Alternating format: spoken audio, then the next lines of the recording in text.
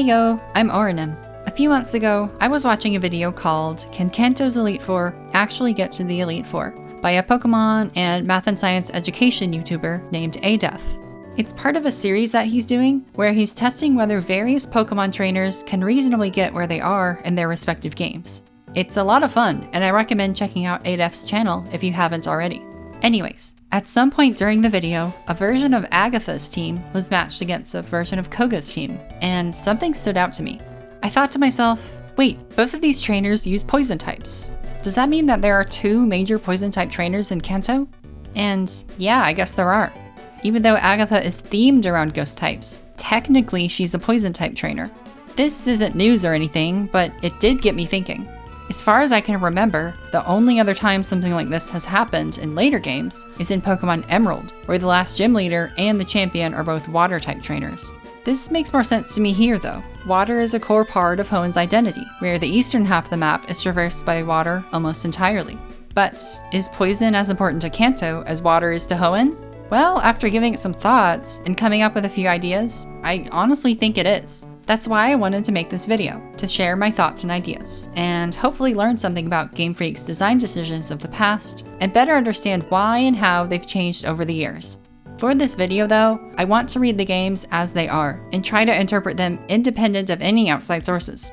That means I won't be touching on any aspects of Red and Blue's development, which did very likely play a role. I find that it can be valuable to judge a piece of art as it is, regardless of how it's created. So, as an exercise, I want to do the same for the Kanto region.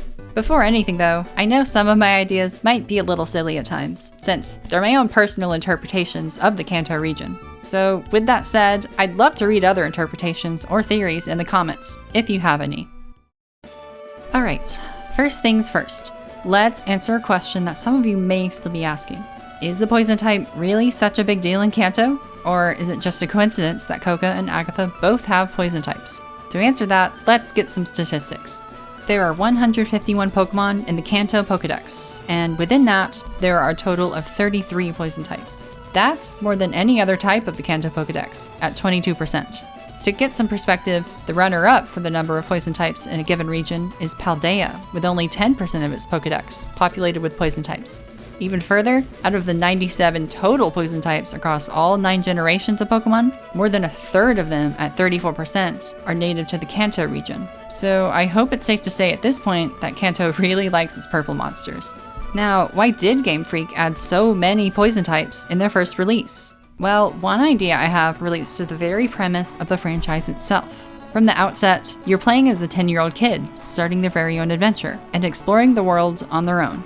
One of the first pieces of dialogue you can encounter is a warning, saying that Pokemon are dangerous and to stay out of the tall grass unless you have a Pokemon of your own to protect you. Remember, this is one of the very first pieces of guiding dialogue, so I think it's intended to set the tone for the game as a whole. It reminds me of being a kid myself and being warned of the many dangers to avoid while in the wilderness, even while supervised. Things like snakes, stinging bugs, deadly plants, things that should be avoided unless you know for certain what is safe and what isn't, which, as a kid, I sure didn't. This tangible feeling of danger within the natural world should be familiar to any kid, I think. Now, let's get back to that list. Snakes, bugs, and plants. What all of those have in common is that they're all poisonous or venomous. And if you look at the list of poison types in the Kanto region, many of them fall into one of those categories, or some other poisonous animal like jellyfish. I think then that one way the poison type is used is as a way to signal danger to the player by evoking a fear of the wilderness that kids can experience in real life. When first exploring Viridian Forest as a kid, I remember my Pokemon being poisoned by the many Weedles found in the tall grass or used by the trainers, and the feeling of panic when taking my first steps and hearing that poison ticking sound effect. This was a moment where the game pretty effectively shows that carelessness can have consequences, and that these creatures can do tangible harm outside of battle. Even today, I still worry about my Pokemon getting poisoned and fainting outside of battle, even though Game Freak has done away with this mechanic in recent years. To me, this goes to show that the poison type has a pretty solid association with danger as a concept. So now, I want to take this association a step further. After getting through Viridian Forest, the player wins the Boulder Badge and travels east. Eventually, they encounter the first cave of the game, Mount Moon. And deep within it is the first encounter with the main antagonists of the game, Team Rocket.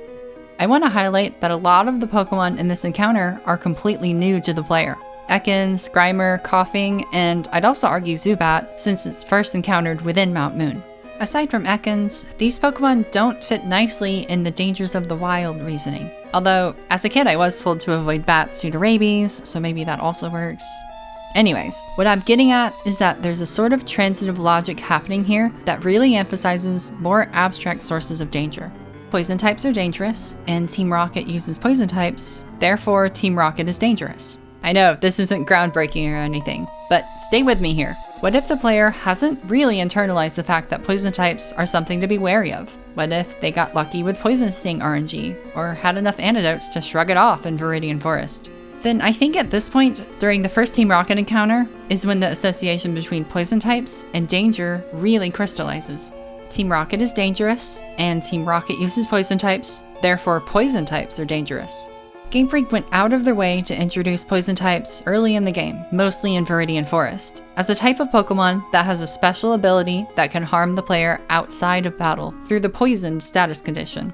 This introduces the player to the idea that the world of this game is not going to be welcoming and friendly throughout the entire journey. Quite the contrary. So after subtly introducing these concepts, Game Freak then puts the player in an encounter where this quiet sense of danger becomes loud in the form of Team Rocket. I find this really interesting from a game design perspective. Through game mechanics alone, Game Freak has wordlessly introduced a thematic concept to the player before being explicit about it later. It's an interesting form of foreshadowing that I love to experience in any game, since it's very subtle and it respects the player's ability to pick up on it. And what makes it even more interesting, I think, is that this Team Rocket encounter in Mount Moon begins the cycle all over again.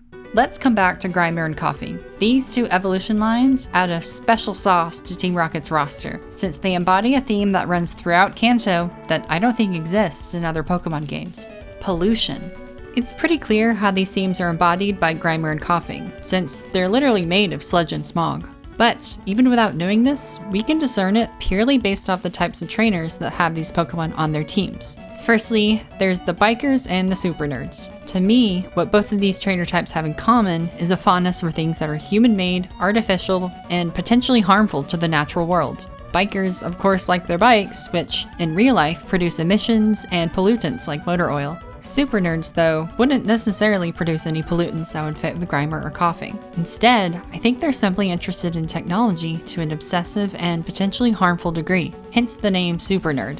Because of this, their obsessions and experiments could very well result in harm to the natural world, intentionally or not. Now there's one more class of trainer that often uses Grimer and Koffing as well: Team Rocket members. It's not immediately obvious how Grimer and Koffing are good fits for them, but I think it makes sense if we consider that bikers and super nerds value technology and likely disregard its impacts on the environment. So we can extrapolate that Team Rocket also has these thematic traits. In other words, Team Rocket as an organization is associated with pollution, a looming, existential, human-made source of danger. A fitting feeling for them, I think. Back to Mount Moon though. The player has no way of knowing this yet. All they know at this point is that a super nerd that is working with Team Rocket is using these poison-type Pokemon that look very unnatural and maybe kind of gross. It's clear foreshadowing in my eyes, and I think that Grimer and Koffing specifically plant the seed that Team Rocket has intentions that are not only nefarious, but harmful to the natural world from very early on. Alright, by now I've probably made my thoughts clear on the themes and mechanics of Kanto's poison types. But that still doesn't answer why Kanto has so many poison types. To answer that, though, I think it may be easier to answer a similar question that effectively says the same thing. Why does every other region have fewer poison types than Kanto? I think there's two reasons. First, to sum up so far, the poison type in Kanto is the danger type, representative of both natural danger as well as human-made danger. It's a pretty simple leap, then, to reduce it to this game's de facto evil type. To be honest, I wouldn't be surprised if someone had commented this already. The reason poison type gets this treatment in Kanto specifically, and less so in future generations, is the fact that the dark type was introduced. If a region needs an evil Pokemon, the default choice, Generation 2 onwards, is to make it a dark type. Houndoom, Mightyena, Scrafty, Obstagoon, etc. It seems like Pokemon with an evil theming, or are used by the evil team, are given the dark type by default. For Kanto though, Game Freak's default option for a sinister theme was the poison type, which I think is why Pokemon like Zubat and Ghastly were given that type. However, that doesn't mean that the poison type has been absolved of its evil status.